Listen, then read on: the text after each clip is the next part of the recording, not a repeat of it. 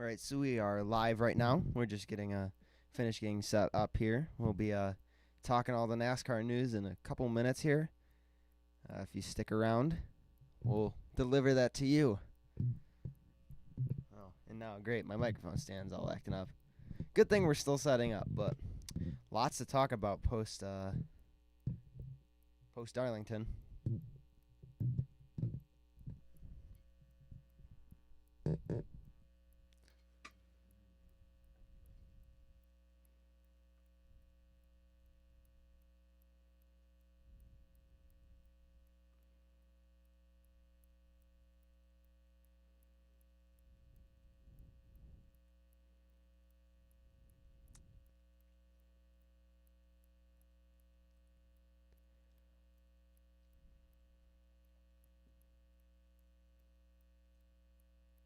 Got our die cast out here while we're waiting. Cool stuff to see. Yeah, there's always something to see here.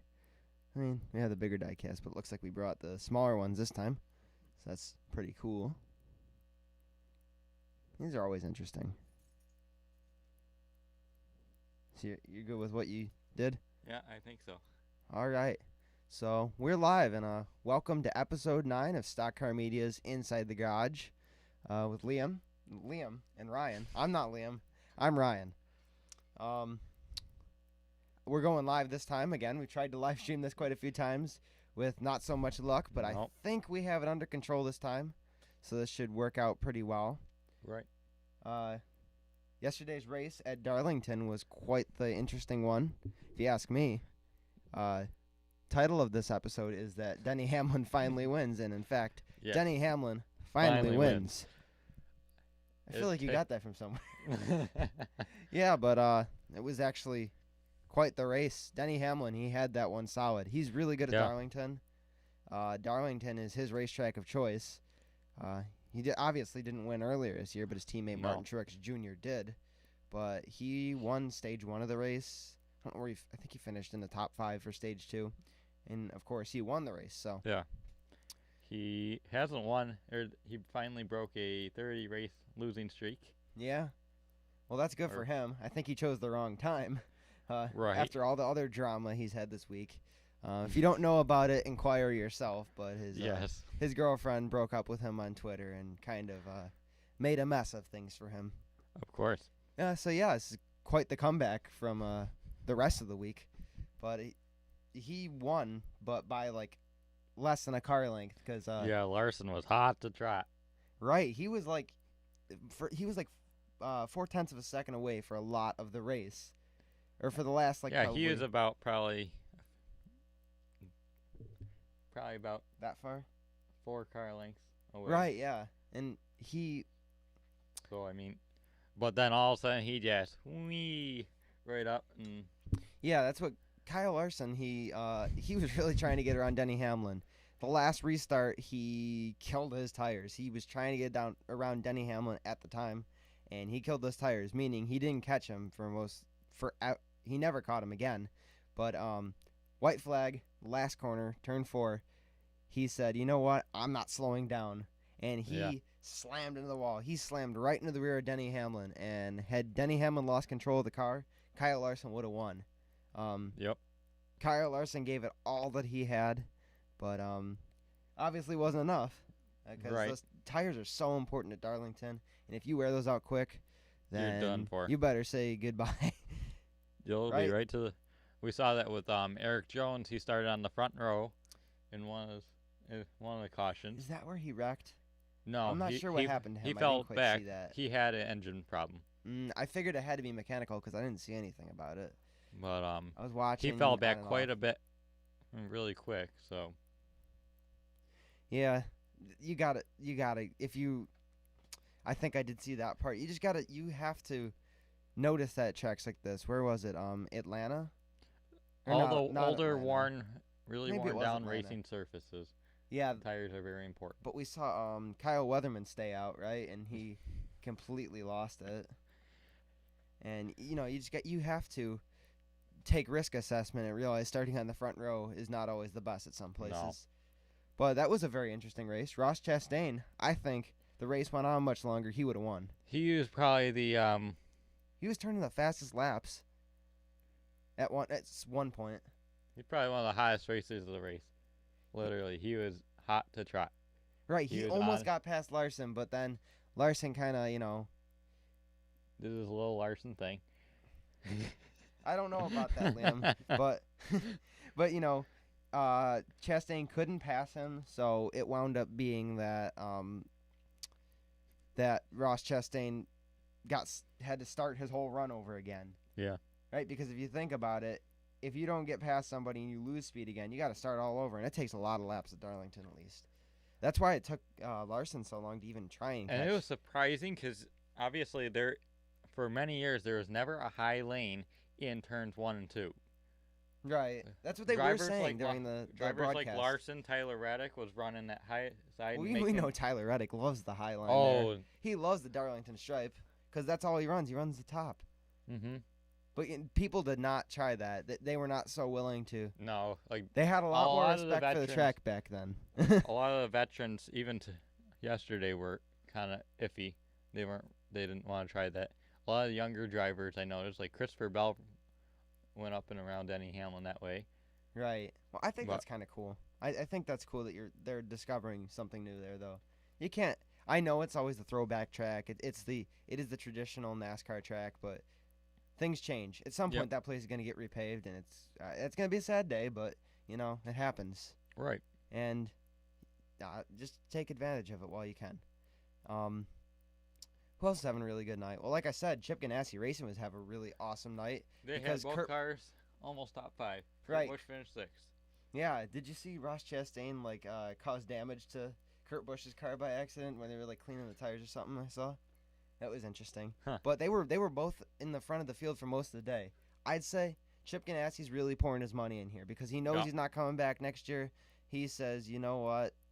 I don't care. Just make these cars fast. Yeah. I want to win. Yep. And that is awesome. I'm not really a huge Chip Ganassi Racing fan, but that is pretty awesome. Other news we should get to is about Kurt Busch also. He'll be going to 2311 Racing. Insert clip of when I said that last time. Ah, yes. Well, I don't think we did that. Yes, we did say, or I did say in one of the first few podcasts. Oh, I thought you meant we reported on the actual news already. Okay. No. I was going to say, we didn't do a podcast last week.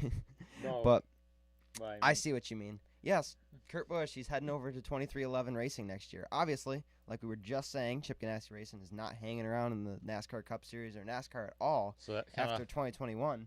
So it forced both Chip Ganassi drivers. Yeah, Chastain and Busch had to both find a team.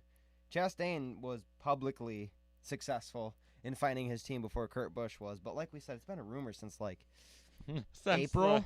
Yeah.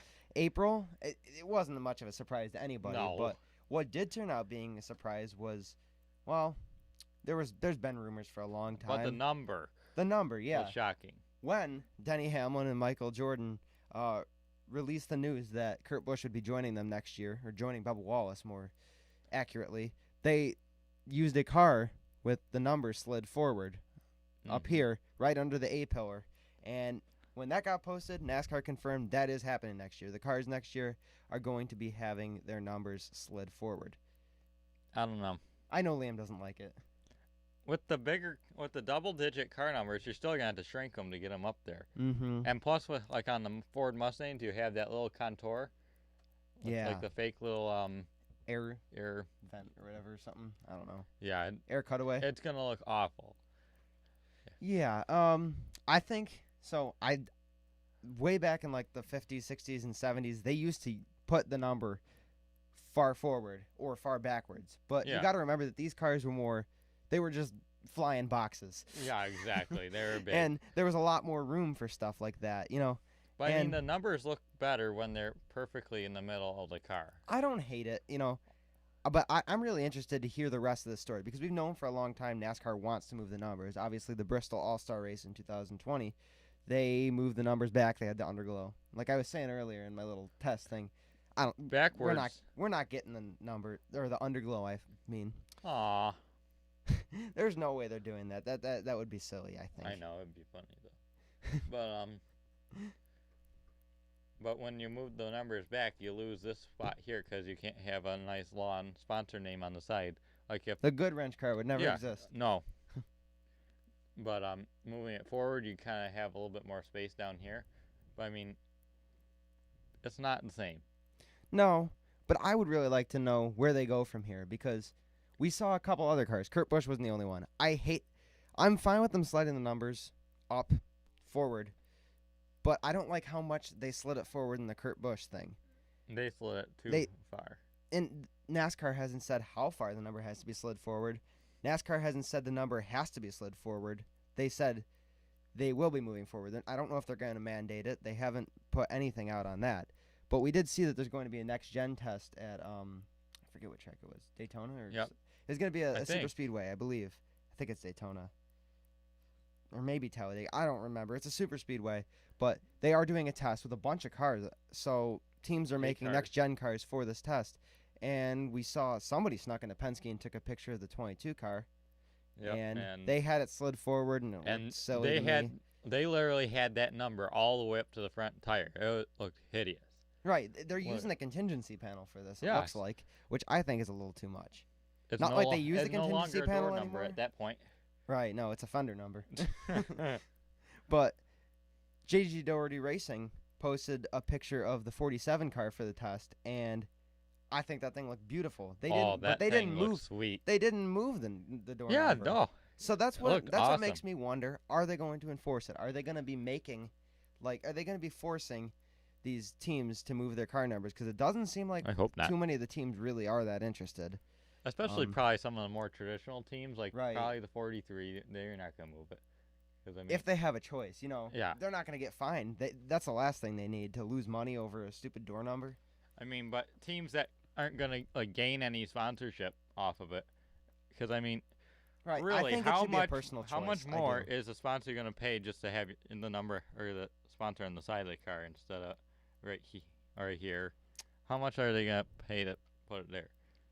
I don't know. I bet you they're gonna be charging more because I mean it's a bigger spot. Well, yeah, but at least they'll be getting more money. Well, in theory, if they do. Because you have to think about it that way. Are they going to be getting more money? Because if there's that... But that doesn't mean Nope, they're they're gonna, not going to pay it. That If it's doesn't too mean much they're money, gonna they don't wanna attract pay. more sponsors. Right. Is it gonna be just the same sponsor slapping another logo on the side of the car? Or not. You know what I mean? Yeah. Like, if a sponsor doesn't want to spend that much money, there's just going to be empty space on the car. Right. Like there already is at the contingency panel. But regardless, I don't think it's that ugly. I think it's okay. I think we'll all survive. I think it's a number, and we'll get over it. But it's different, and that's something hard for a lot of traditionalists to cope with.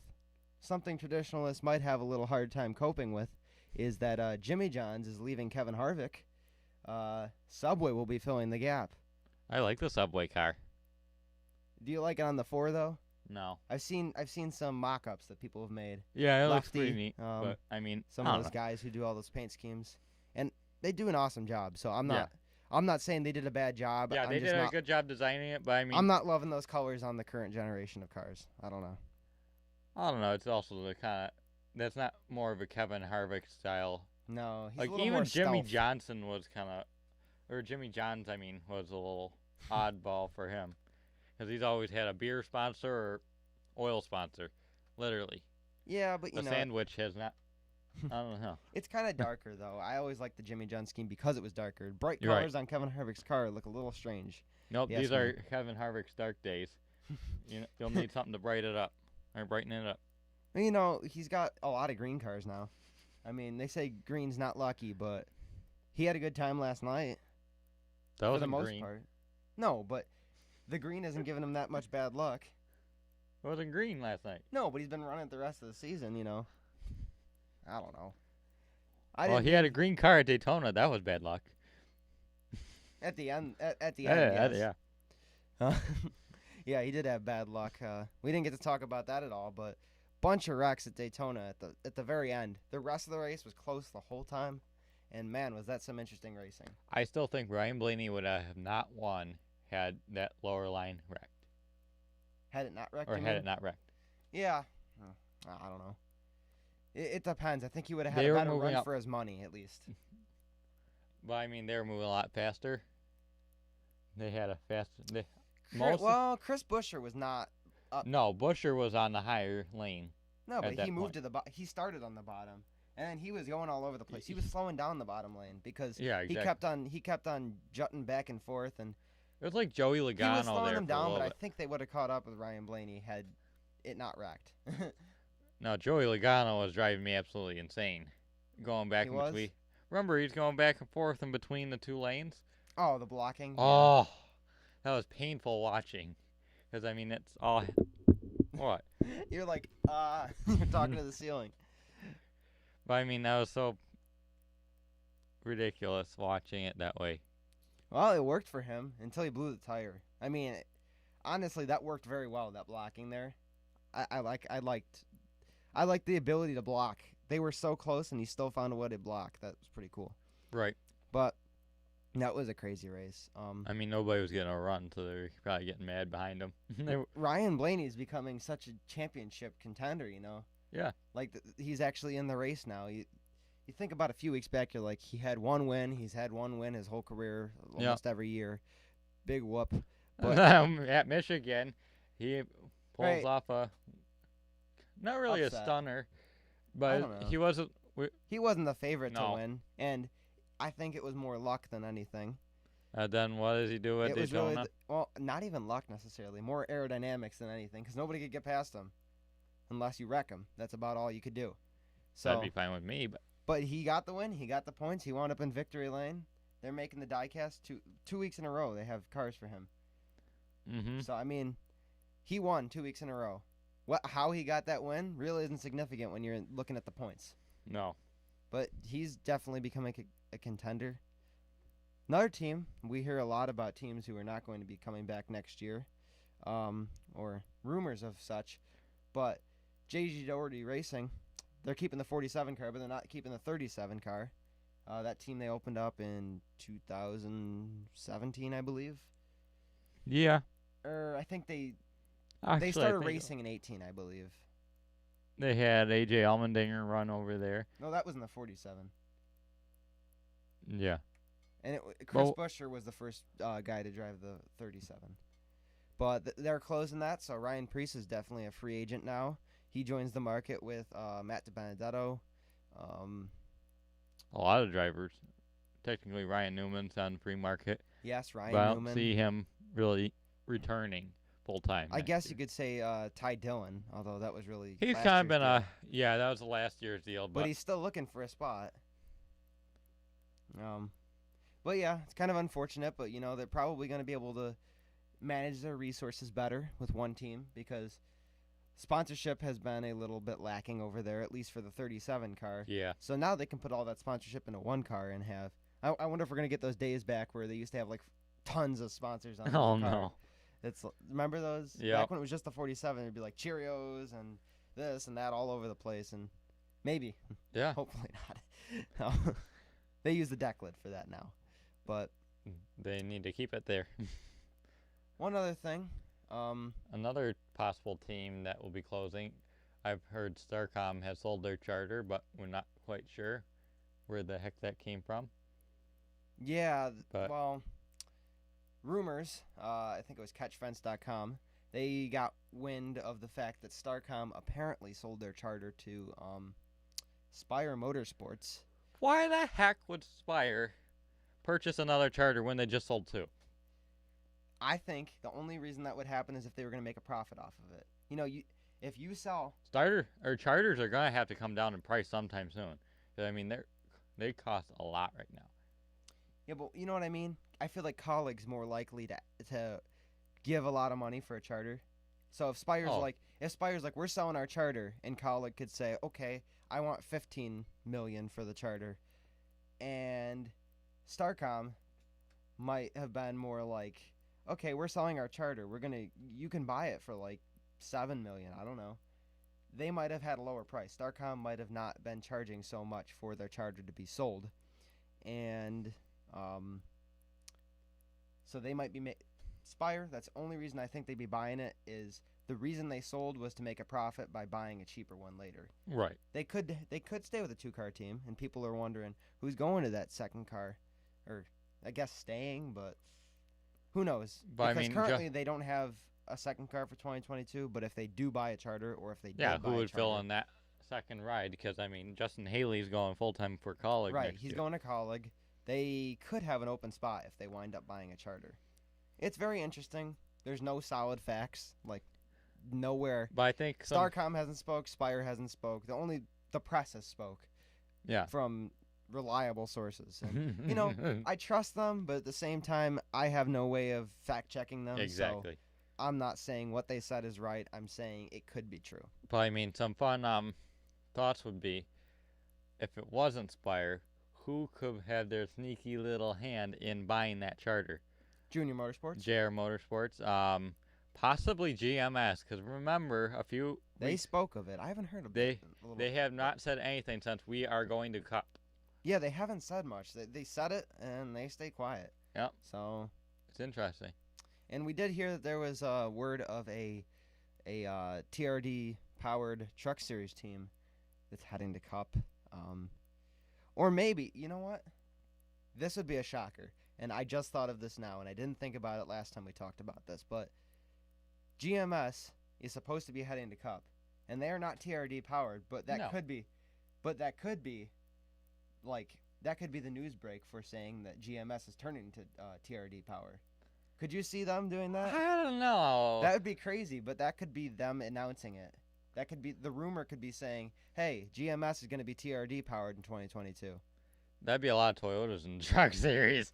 I know, but they basically ruled the series already. So what would one more hurt? That's 5 more trucks that are full-time Toyotas. You really wouldn't have Chevys winning. No. Because Nice doesn't win that much. No. But I mean, it's lower series we're speaking of. Justin, no. Or Noah Gregson. Well, yeah, we could go to that first. Yep. Noah Gregson, he won this past weekend at Darlington. I think he won there last year before. He's won there before this weekend, and that was one of his now 3 wins. He has 3 wins in the Xfinity Series, and he will be returning to Junior Motorsports in 2022 to race that 9 car. Yep. I don't think there was much of a doubt of it because I mean, where the heck would he go anyways? right, and he's got the sponsorship money. Yeah, exactly. Like nobody's gonna turn down that. He's got Bass Pro Shops, True Timber, I think it's outdoor clothing, and then Black Rifle Coffee. They pour money into that team. Unless he lost that sponsor, which they said he's keeping that sponsor, there's no reason Junior Motorsports would turn him down. Right. What I do want to see is what happens to Annette. I think we spoke of this before, but now it's looking more he's like got a lot of money behind him. Probably not as much as Gregson, but he has money behind him. But I think it's really dependent. Well, people are saying maybe they'll have a 5-car team in 2022. which I do believe is allowable in the Xfinity Series. The only series you can is Cup. So I think that depends on whether Michael Annette's injury to his leg heals before the end of the season or not. I don't think they're going to tell us till next season, to be honest with you. Right, exactly. Because it's very dependent. I don't think they're going to give up Michael Annette unless he doesn't get better from this. I mean, he has been to Cup before, but I mean, he wasn't good there either. Well, I mean, that's a whole nother story. Junior Motorsports going to Cup. We were just talking about it, but who knows about that? That'd be like, what the heck I feel like am I if watching? they open a 5-car team, they're not going to Cup. There's no reason to. That's way too much money to spend in 1 year. Yeah, expansion. Exactly. But unless they had a really good driver. Team that was having money problems, and they seem to have found a solution, is Martins Motorsports with Tommy Joe Martins. He's teamed up with Shoot. I wrote it down, but I forgot. Well, Raja Karuth is going to drive the car. He's in ARCA East, I believe. He's a pretty good driver. I think he has a few wins under his. Or I don't know. I don't remember. I did research on him and I forgot it all. But he's a pretty decent driver, and he's going to share the ride with Tommy Joe Martins. And they I can't remember the other guy. He is an Xfinity Series driver. Not always that often, but I forgot his name. He's going to be also driving, apparently at some point, but investing in the team with the Martins family, as well as it sounds like Alpha Prime. is going to be their name, Alpha Prime Racing. But Alpha Prime is a workout supplement brand, so they must be pouring money in too. I guess that's kind of like Red Bull was. Do you remember Red Bull Yeah. racing? And I mean they're still in F1, but they used to be in NASCAR. And it's more like the sponsor kind of has ownership in the team. So I'd assume we're going to be seeing Alpha Prime sponsor the car quite a bit. Right. I don't think we're really. I think Gilreath Farms and the Red Angus or whatever is going to stay with them, but I don't know. As They'll a probably be primary more of sponsor, the associate. They'll probably be more of Martin's Tommy Joe Martin's Right. sponsors I when think they're he gonna drives. stay. I don't know. I don't think they're going to be a primary sponsor though. I don't know. Probably when he drives, because I mean those were his sponsors. They have sponsored him for multiple years. Yeah. So it depends how much money Alpha Prime is pouring into the team. exactly. But we've been all over the place. Oh heck. That's what happens when we don't print out our sheet. Well, no, I think it's actually better because when we print off the sheet, we're like, we think of all these things, we write down all this stuff, and then once we're done with that, we're like, shoot, what is there? At least we get the brain juices flowing when we're actually using our head the whole time. We think around. The list doesn't really end that much. 'Cause No. there isn't a list. But let's see if there's any. Oh, the one thing you can't gloss over is the LA Coliseum thing. I mean, weird. They've been talking about it for a couple weeks here that NASCAR could possibly or may have been thinking about going to the LA Coliseum, which is obviously in LA. It's a football stadium, and racing there next year for some reason. Nobody really knew what time of year or anything until this morning. I believe it was Jordan Bianchi for Sports Illustrated magazine. He reported that NASCAR is reportedly considering it. They're in the works with trying to make that the Busch Clash next year. I don't know if it'll be the Busch Clash next year. You never know if Busch will be involved, but they're saying that It's a football field. Come on. I don't know if they're going to be racing in it Beer or and football? out around it.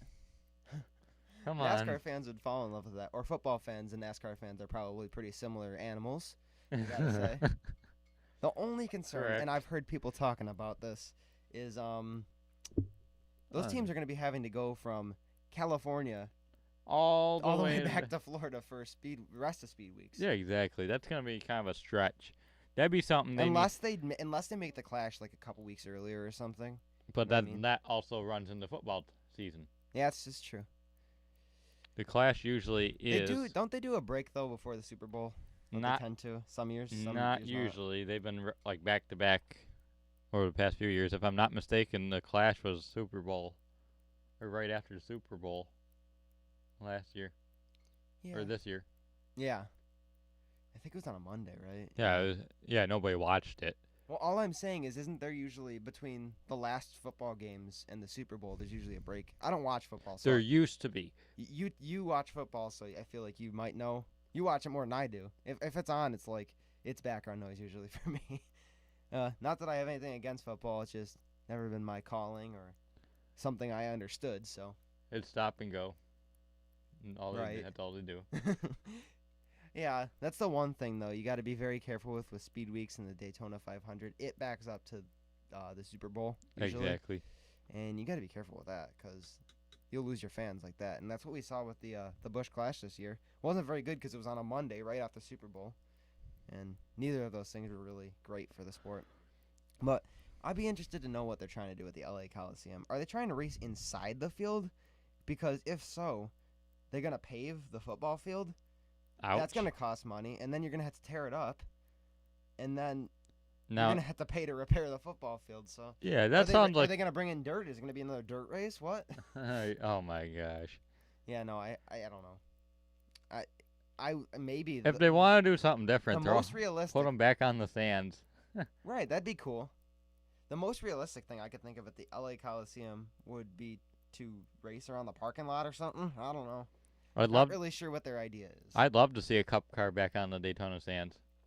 That would be cool. Yes, because I heard they're scanning that for iRacing actually. They're planning on bringing that back for at least virtually on iRacing, so that would be very cool. Um, but does that mean something more? Who's behind that? Think about that. Is there NASCAR money going into scanning Daytona Beach for the beach course for iRacing?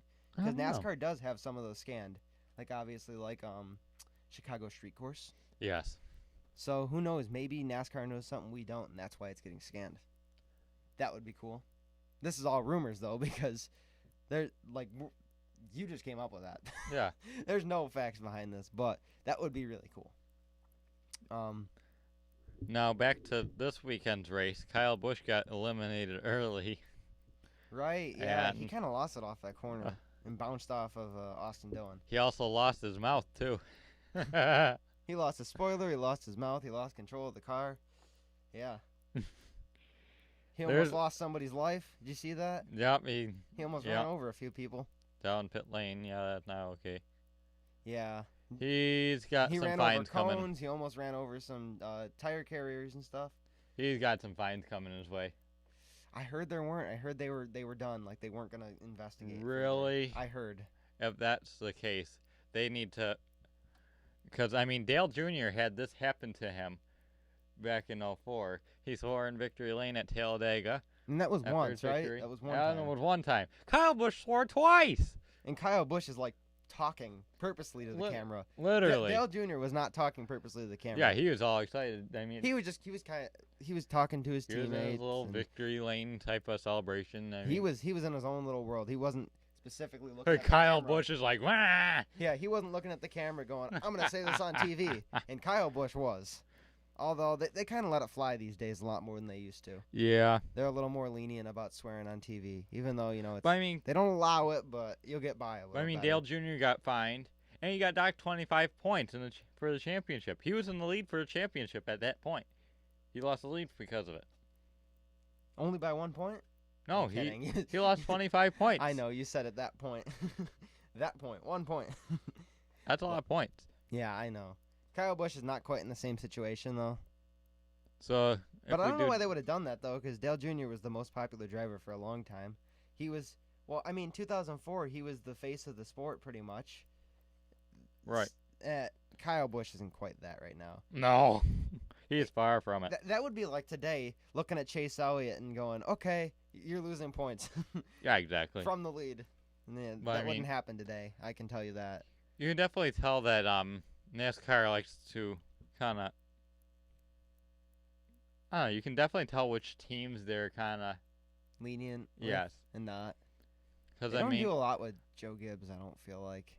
But they 'cause, don't I mean, do it. they're They don't care that much about Hendrick. I don't know. Hendrick. They're always. They've always okay. been like.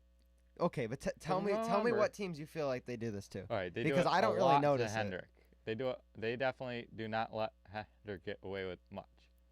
Right, but I don't hear that much about. I feel like Hendrick's doing a good job managing it though. Yeah, they definitely do a good job, kind of. Because I think we heard the engine The- stuff a couple months ago, but before that, last thing obviously They it's were like talking pre-race about- inspection, but I remember the wind tunnel testing from 2020. Yeah, they did lose their time. They lost time for this year. Yeah. But yeah, they're still But I doing mean, as good as they were last year, or but I better mean- maybe. remember when Gibbs took and won half, or Joe Gibbs Racing won half of the races in 2019? They won as Yeah. an organization. But Hendrick's basically doing the same thing this year. Well, you got to think twice though. Was Joe Gibbs Racing cheating? You don't know that. How are they not? Come on. Well, do you think Because, about I it? mean, Joe Gibbs Racing could have been not cheating, and Hendrick Motorsports could have been cheating, and that could be the reason for the differences. That's all I got to say. You don't know any of this because we're not behind the scenes.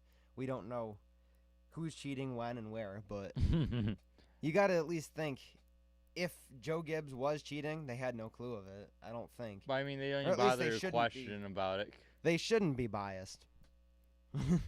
But you never know at NASCAR. Looks good to me. I mean, like, think about Dover with the rain. Yeah, They didn't even call it, and then That was that led actually to New the Joe Hampshire. Gibbs Racing cars crashing. that was New Hampshire. Or New Hampshire? Okay, Yes. yes. Yeah, that was ridiculous. But I mean, that's just You're right, that was New I don't know. NASCAR's definitely had some bad calls over the past few races. Indianapolis road course. I mean that one is really bad. Yeah. New Hampshire wasn't any better. I mean,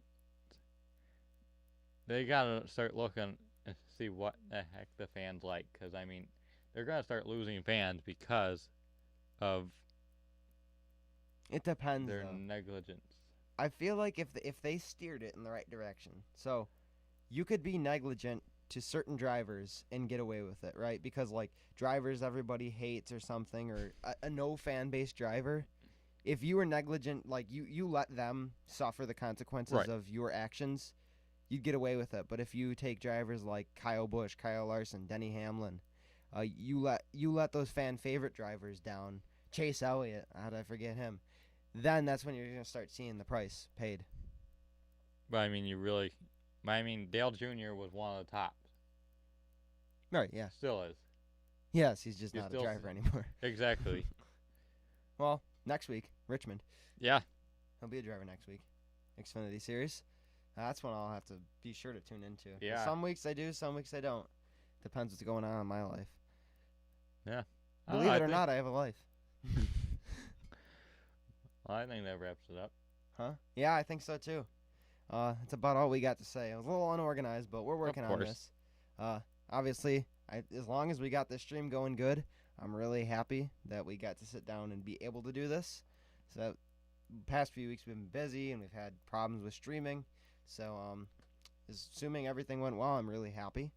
But if you liked what we talked about, if you liked hearing about the NASCAR news, you can always hear it in a probably a more professional format, but you can always hear it pretty quickly, pretty accurate, all on our website, stockcarmedia.blogspot.com. It's where all the unbiased NASCAR news is. You can find it there. You can also find updates on that on our social media at stockcarmedia on Facebook, Twitter, Instagram. Post there. Be all down in the description alongside our Redbubble link. Gotta check out that merch. Yeah, if you're interested, that's cool. If you're not, that's also cool. It'll be down there. But thank you for stopping by. Thank you for watching. Thank you for taking a listen. And we'll see you back next week for episode 10. All right. Have a good one. We'll see if this one works.